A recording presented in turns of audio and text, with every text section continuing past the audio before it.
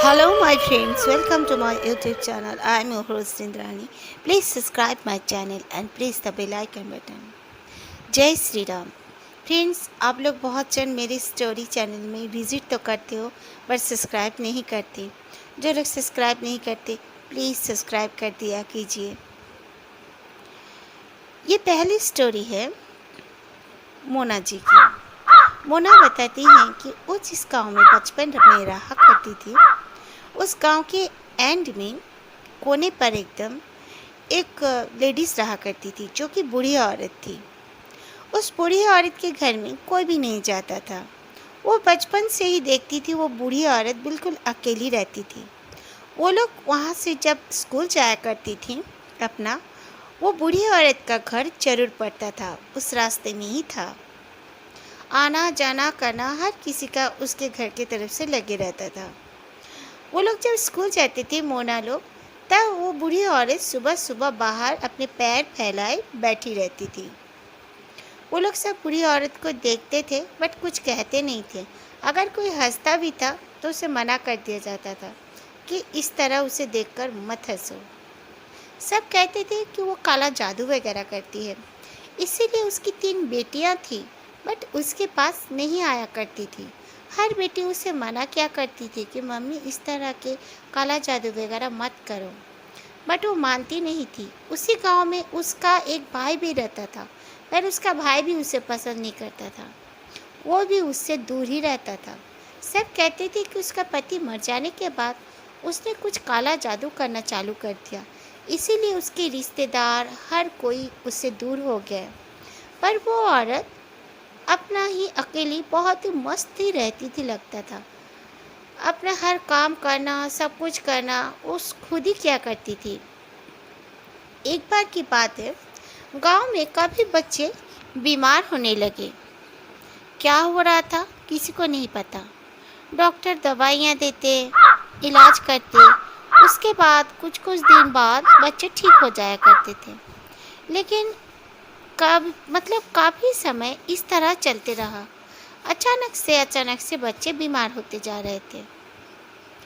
फिर ये होना जब बंद हुआ, गांव में पूजा पाठ सब कराया गया, हवन कीर्तन सब कराया गया। पंच के परमिशन से ही हर कोई गांव वाले मिलकर सब कराए।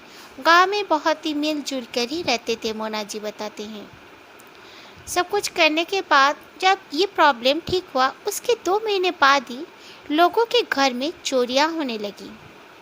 हर किसी के घर में line wise day by day हर किसी के घर में चोरी जरूर होती थी। किसी के घर से पैसे चले जाना, किसी के घर से गहने चोरी हो जाना, ये बात रोज की हो गई। हर कोई परेशान हो गए। परेशानी के आलम में उन लोगों ने पंचायत से शिकायत की। पंचायत ने पंच बैठा कर हर किसी को एडवाइस किया कि हम में से हर कोई एक ना एक दिन हर कोई के घर से 1 जन या 2 जन मिलकर हम लोग पहरा दिया करेंगे। वॉचमैन हम लोग वॉचमैन का जैसे वॉच किया करेंगे, फिर देखते हैं कि क्या कौन चोरी करता है। तो वाकई में उन लोगों ने स्टार्ट कर दिया। फिर पंच ने ये भी कहा कि अगर इसमें भी हम लोग सक्सेसफुल नहीं होंगे तब जाके हम लोग पुलिस को रिपोर्ट कर देंगे। वो लोग वाकई में पहरा देने लगे रात के वक्त। तो लेकिन किसी को भी कुछ पता नहीं चल पा रहा था, ना कोई चोर दिखा ना कुछ दिखा, बट चोरी जरूर हुई। ये देखकर सब कोई बहुत ही आश्चर्य हो गए। पुलिस को रिपोर्ट भी कर दिया। पुलिस ने भी 4-5 दिन बहुत कोशिश की, लेकिन उनकी कोशिश भी का नतीजा कुछ नहीं निकला। उसी तरह चोरी जरूर हुई। उसके बाद लोगों ने डिसाइड किया कि एक किसी तांत्रिक बाबा को यहाँ पे बुलाया जाए, उसी से शायद ये प्रॉब्लम सॉल्व हो सकता है। ये सच सोचकर हर किसी ने अपने सामने वाले गांव का ही एक तांत्रिक बाबा को बुला के लाए। जो तांत्रिक बाबा अपना आशियाना एक कब्रिस्तान में बनाकर रखे थे। उन्हें बुलाकर जब सब पूजा पाठ कुछ रिचुअल कल्ट वगैरह किया गया, तो उन्होंने बताया कि ये चोरियाँ एक बूढ़ी औरत करती है, जो कि काला जादू के थ्रू अपने आत्माओं को भेजकर, जिसके वो कब्जे में रखी हुई है जो आत्माओं को, उनको भेजकर घरों में चोरियां कराती है। ये कोई इंसान का चोरी नहीं है। ये जानकर, और उसने ये भी बता दिया कि वो औरत कहाँ रहती है, कैसी है, कब से है। ये सब हिंट्स दे देने की वजह से गांव वाले जान गए कि वो कौन है। तो वो लोग उस बूढ़ी औरत के पास गए और कहा कि तुम हमारे गांव में इस तरह के काम करवाती हो। और ये भी बताया कि बीच में वो बूढ़ी औरत चाहती थी कि आप लोग सब मतलब दिक्कत में आए, बच्चों के तबीयत ख़राब हो रही थी, ये भी तांत्रिक बाबा ने बता दिया। उसके पास जाए, कुछ रिचुअल कराए और उसको पैसे दे, इसीलिए उसने ये काम भी शुरू किया था। लेकिन वो काम उससे ज़्यादा अच्छा से नहीं कर पाई बोलकर वो काम उसने ज़्यादा लंबा समय तक नहीं रखा। ये सब जानने के बाद पंच बहुत गुस्सा हो गया, नाराज हो गया और उस बूढ़ी औरत को बुलाकर कहा, तुम इस गांव को छोड़कर चली जाओ, इस गांव में तुम दोबारा नहीं दिखनी चाहिए, कहकर उसे उस गांव से भगा दिया गया। और वो बूढ़ी औरत वाकई में वो गांव छोड़कर चली गई। और फिर वो बूढ़ी औरत जिस दिन वो गांव छोड़कर गई, पंचों ने कहा कि यहाँ पर फिर से एक पूजा पाठ, हवन कीर्तन रखा जाए। और तांत्रिक बाबा को कहा कि हमारे गांव को इस तरह कुछ मतलब बांध दो जो वो बूढ़ी औरत दूर से कभी कुछ काला जादू का टोटका वोटका ना कर पाए। तो तांत्रिक बाबा ने वैसे ही किया और दोबारा उनके गांव में ऐसा कुछ परेशानी नहीं हुई और वो बूढ़ी औरत भी कभी नहीं दिखी। ये सेकंड स्टोरी है राजेश की।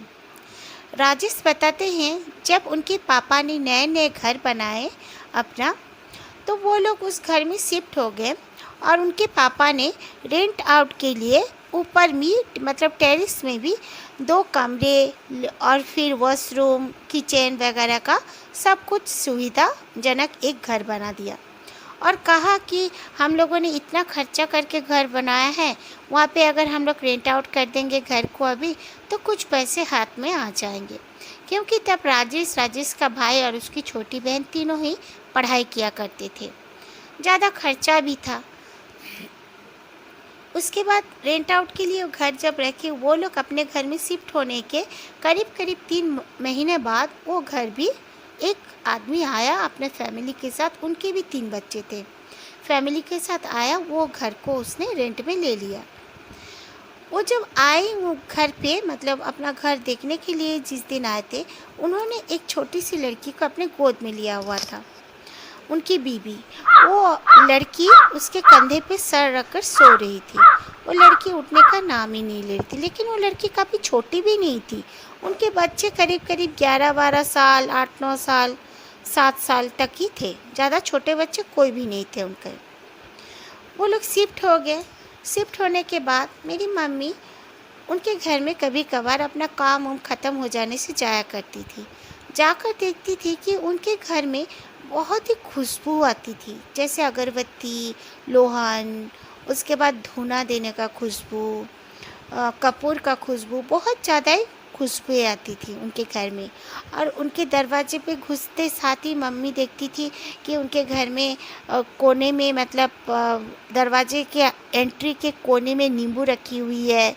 ऐसे ऐसे देखने को मिलता था। मम्मी सोचती थी शायद बहुत पूजा पाठ करने वाले होंगे, पर मम्मी एक बार नीचे आकर पापा से डिस्कस भी की थी कि ये लोग क्या है, कौन है, इस तरह से पूजा पाठ करते रहते हैं, सुबह को जाओ शाम को जाओ फिर भी इस तरह से खुशबू आती है। हम लोग टेरेस में जाने से भी बहुत खुशबू आती है उनके रूम से। तो पापा ने कहा ज़रूर पूजा पाठ करते होंगे, कोई बात नहीं, छोड़ो। ऐसे करते करते काफ़ी दिन बीत गए। एक दिन मम्मी फिर से गई छत पे, मतलब उनके ही घर पे गई अपना रेंट लेने के लिए, पैसे लेने के लिए। तो देखती है जो बाहर का छोटा सा एक हॉल जैसा रूम था हमारा, वहाँ पर वो बच्ची सोई हुई है, टीवी देख रही है। टीवी देखते देखते मम्मी उनके सोफे पे जाके बैठ गई वो औरत का नाम बुलाकर। तो वो औरत बोले आप बैठो, मैं आती हूँ। तो वो लड़की मेरी मम्मी की ओर देखी। देखने के बाद मम्मी ने देखा उस बच्ची का आंखें बिल्कुल लाल हैं, एकदम लाल। मतलब ऐसे इंसानों का, नॉर्मल इंसानों का इतना लाल आंखें नहीं होती है। फिर देखकर उसने टीवी का और अपना मुंह कर दिया। मम्मी ने फिर पूछा उस औरत से कि इस बच्ची का क्या बीमारी है, कुछ कुछ बीमार रहती है ये। आपके 2 बच्चे स्कूल जाते हैं, इससे छोटा है इसका भाई, वो भी स्कूल जाता है, बट ये स्कूल नहीं जाती कभी। और फिर हमेशा मैं देखी हूँ सोई रहती है, दिखती भी नहीं, ना खेलने निकलती है। क्या बात है, आपकी बेटी के साथ कुछ प्रॉब्लम है क्या? तो उसकी मम्मी ने कहा नहीं नहीं, कुछ प्रॉब्लम नहीं है, वो थोड़ा सा बीमार हो जाती है, वो ठीक हो जाएगी, डॉक्टर्स बोले हैं। बोलकर वो उठाकर दूसरे कमरे में लेकर चली गई, फिर उसको सुलाकर आ गई। उस वक्त भी काफ़ी धूप और कपूर सबका खुशबुएँ आ रही थी। मम्मी कुछ बातचीत की करने के बाद अपना पैसा लेकर नीचे आ गई।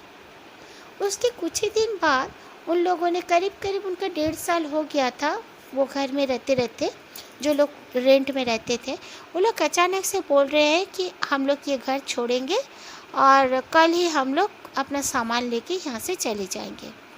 तो मम्मी ने कहा अचानक से, आप लोग तो बहुत ही अच्छे से थे यहाँ पर, क्या प्रॉब्लम हो गया कुछ? तो वो औरत बोली नहीं नहीं, कुछ प्रॉब्लम नहीं, मेरे हस्बैंड का ही दूसरी जगह में जॉब हो गया, हम लोग को वहाँ पर जाना पड़ेगा। तो और मम्मी ने और कुछ नहीं कहा। उनका ज़्यादा सामान भी नहीं था, बहुत ही सफिशिएंट सामान था। दूसरे दिन एक पिकअप में करके उन्होंने अपना सामान 2 से 2.5 घंटे के अंदर ही नीचे लेकर पिकअप में चढ़ाया और चले गए। चले जाने के बाद मम्मी जब उस रूम में गई, उनके वो घर में इधर उधर देखने लगी। देखने के बाद साफ़ सुथरा सब करके वो लोग गए थे, कुछ भी गंदा वंदा छोड़ के नहीं गए थे। और मम्मी फिर नीचे आ गई। उस समय भी जैसे लग रहा था बहुत ही खुशबू आ रहा था। वो 2 रूम जो हम लोगों ने बनाए थे लोगों को रहने के लिए, 2 बेडरूम्स थे, पहले एक छोटा सा हॉल रूम भी था, बहुत ही अच्छा सा था, बहुत ही क्यूट घर था।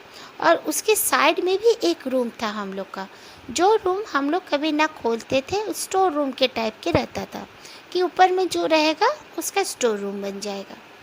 फिर मम्मी नीचे आ गई। उस रूम को मम्मी ने खोलकर देखा भी नहीं कि वो लोग वहाँ पे कुछ सामान रखे हैं या नहीं रखे। रात के वक्त वहाँ से ऊपर से जैसे लग रहा है कोई है ऊपर में, काफ़ी आवाज़ें आने लगी, जबकि वहाँ पर कोई सामान नहीं, कुछ नहीं, चलने फिरने की आवाज़ें आने लगी। इस तरह फिर मम्मी को पापा ने कहा कि वाकई में कुछ आवाज़ें तो आ रही हैं। तो मम्मी ने कहा कोई ज़रूरत नहीं जाने की, पहले लोग रहते थे, शायद हम लोग को कुछ वहम हो रहा होगा। ये 2 से 3 दिन का ये काम बन गया कि आवाज़ें आती ही थी। एक एक बार तो लगता था कि कोई बच्चा रो रहा है, जबकि वहाँ पर कोई छोटा बच्चा तो दूर की बात है, कोई रहता भी नहीं था उस वक्त। बच्चा रोने लगा तो हम लोग सोचते थे शायद आस पड़ोस का कोई बच्चा रो रहा होगा, लेकिन लग रहा है जैसे उसी रूम से ऊपर से ही, छत से ही हमारे कोई बच्चा रोने का आवाज़ आ रहा है। फिर 5वें दिन एक बार मेरे पापा सुबह सुबह अपना मॉर्निंग वॉक जाते थे। पापा जल्दी ही उठकर जब जाने लगे, गर्मी का ही मौसम था, तो वॉचमैन पापा को बुलाकर कहा कि ये ऊपर में आप लोगों ने किसको रेंट पे दिया है ये घर? आप लोग नीचे रहते हो, ऊपर में किसी को रेंट में दिए हो क्या? तो पापा बोले नहीं नहीं, रेंट पे कहाँ दिए हैं, अभी उस घर में कोई भी नहीं रहता, वो तो कुछ दिन पहले ही ये घर छोड़कर चले गए हैं किराएदार। तो वॉचमैन बोला ये इससे कैसे हो सकता है, छत में तो कौन फिरता है, घूमता है, इतने रात को आपके घर का कौन घूमता है, पूरे बाल खुले हुए। और फिर वो कभी कभी रेलिंग पे, आपका जो रेलिंग है ना छत का, टेरिस का, उस पे भी चढ़ के घूमती है। मैं मना करने पे भी नहीं सुनती है, वो नीचे कूदती है फिर से उठ जाती है। मैं 2-3 बार आप लोग को आवाज़ भी दिया पर आप लोग सुने नहीं, इसलिए मैं आज डिसाइड किया था कि सुबह ज़रूर मैं आप लोग को देखूंगा कि निकल रहे हैं और मैं बोल कर ही जाऊंगा।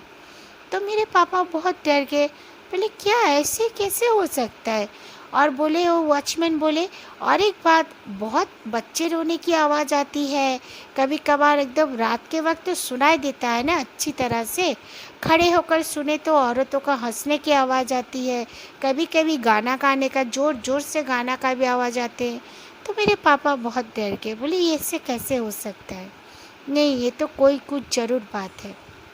फिर उसके दिन ही, वो दिन ही हम लोग रात को सो रहे थे, सोते सोते लग रहा है कोई बहुत ज़ोर ज़ोर से हमारे छत के ऊपर से कोई दरवाज़ा को ठोक रहा है। तो मेरे पापा और फिर मेरे भाई मम्मी सब कोई हम लोग सब कोई ऊपर चले गए। जाने के बाद हम लोग देख रहे हैं जो कि लॉक लगाए थे हम लोग, वो ये का स्टोर रूम का वो ताला है वहाँ पर, फिर भी वो दरवाज़ा अंदर से कोई ज़ोर ज़ोर से ठोक रहा है। ये देखकर हम लोग तो बहुत डर गए, पापा भी डर गए, सब नीचे आ गए। नीचे आने के बाद पापा ने कहा ये ताला तो मैंने लगाया ही नहीं था, हमारा छोटा सा एक ताला था, ये हमारा ताला नहीं, जो रहता था शायद उन्होंने ये ताला लगाया होगा। तो मम्मी बोली कि नहीं नहीं, मैं जब गई थी तब तो ऐसा कोई ताला लगा नहीं हुआ था, तब तो हमारा ताला ही मुझे लगता है लगा हुआ था। पापा ने कहा नहीं, ये ताला बड़ा ताला है और फिर इसका चाबी हमारे पास है ही नहीं, देख लो तुम ट्राई करके।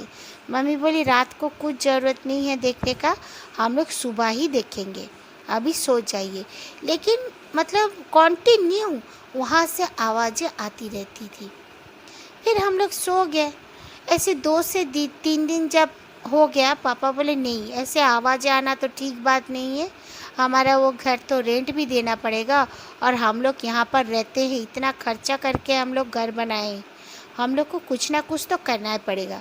सोच कर पापा ने मंदिर के एक पंडित के साथ कुछ बात किए।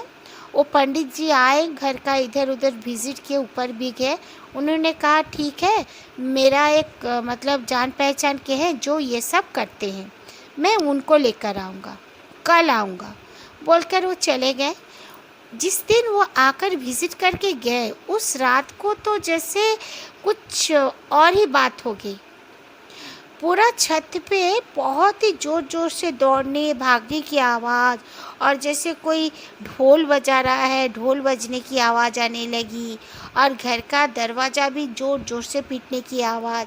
ये सब सहन करने के बाद भी हम लोग एक ही रूम में ठहर कर अपना रात को गुजार लिया। तुरंत पापा ने सुबह ही पंडित जी को फ़ोन किया। पंडित जी बोले चिंता मत करो, दोपहर तक मैं उनको लेकर आपके घर में ज़रूर आ जाऊँगा। फिर दोपहर तक वाकई में पंडित जी आ गए। आने के बाद वो तांत्रिक ही थे एक पंडित जी के साथ जो आए थे, उन्होंने इधर उधर देखा, हमारा गार्डन उडन सब देखा। बोले नहीं, कहीं पे भी कुछ भी भारी नहीं है, आप लोग का जो ऊपर है, ऊपर में किसी ने काला जादू किया है, उसी के वजह से इस तरह की आपको परेशानी हो रही है बोलकर वो तांत्रिक बाबा ने कुछ फूंका, कुछ मंत्र पढ़े और वो ताला अपने आप खुल गया। खुलने के बाद वो रूम जब उन्होंने दरवाज़ा खोला, अंदर देखते हैं कि बहुत अगरबत्ती, फिर पूजा का जैसे कुछ बना हुआ था, और मतलब ये जो सूता बंधे हुए थे, एक एक लकड़ी, कुछ डॉल्स भी बने हुए थे कपड़े के, काफ़ी मतलब वहाँ पर रिचुअल करने का जैसे काफ़ी सामानें पड़ी हुई थी। ये देखकर हम तो हक्का बक्का रह गए कि ये कौन किया, कैसा किया। तो तंत्र बाबा ने कहा कि कोई बात नहीं, मैं इसका काट कर दूंगा, लेकिन थोड़ा सा टाइम लगेगा, और मुझे नहीं लगता कि दोबारा आप लोग कभी इस घर पे किसी को रेंट में मतलब दे पाओगे, मुझे काफ़ी दिन लेकिन लगेगा। मेरे पापा को मतलब उनके पापा को बहुत ही खर्चा करना पड़ा, राजेश के पापा को फिर से दोबारा बहुत ही खर्चा करने पड़ा वो तांत्रिक बाबा के हर रिचुअल के लिए भी, उसके बाद जाकर उनको चैन आया। लेकिन फिर भी कभी कभार लगता है कि उस रूम में अकेले जाने से जैसे कोई उनके साथ है। राजेश बताते हैं लगता है रात के समय में जैसे उनके साथ कोई है। अभी तक वो रूम को उन लोगों ने रेंट आउट नहीं किया है, और फिर उसके पापा सोचते हैं कि इतना खर्चा करके मैं घर बनाया हूँ, मैं बेचूंगा कैसे, बेच के फिर कहाँ दूसरा घर बनाऊंगा। इसीलिए राजेश लोग अभी तक उसी घर में हैं। Okay, thank you friends. अगर आपको मेरी ये स्टोरी अच्छी लगी तो प्लीज़ लाइक कर देना और मेरे चैनल को सब्सक्राइब ऑब्वियसली करना, और एक बात फीडबैक अपना ज़रूर देना। जय श्री राम।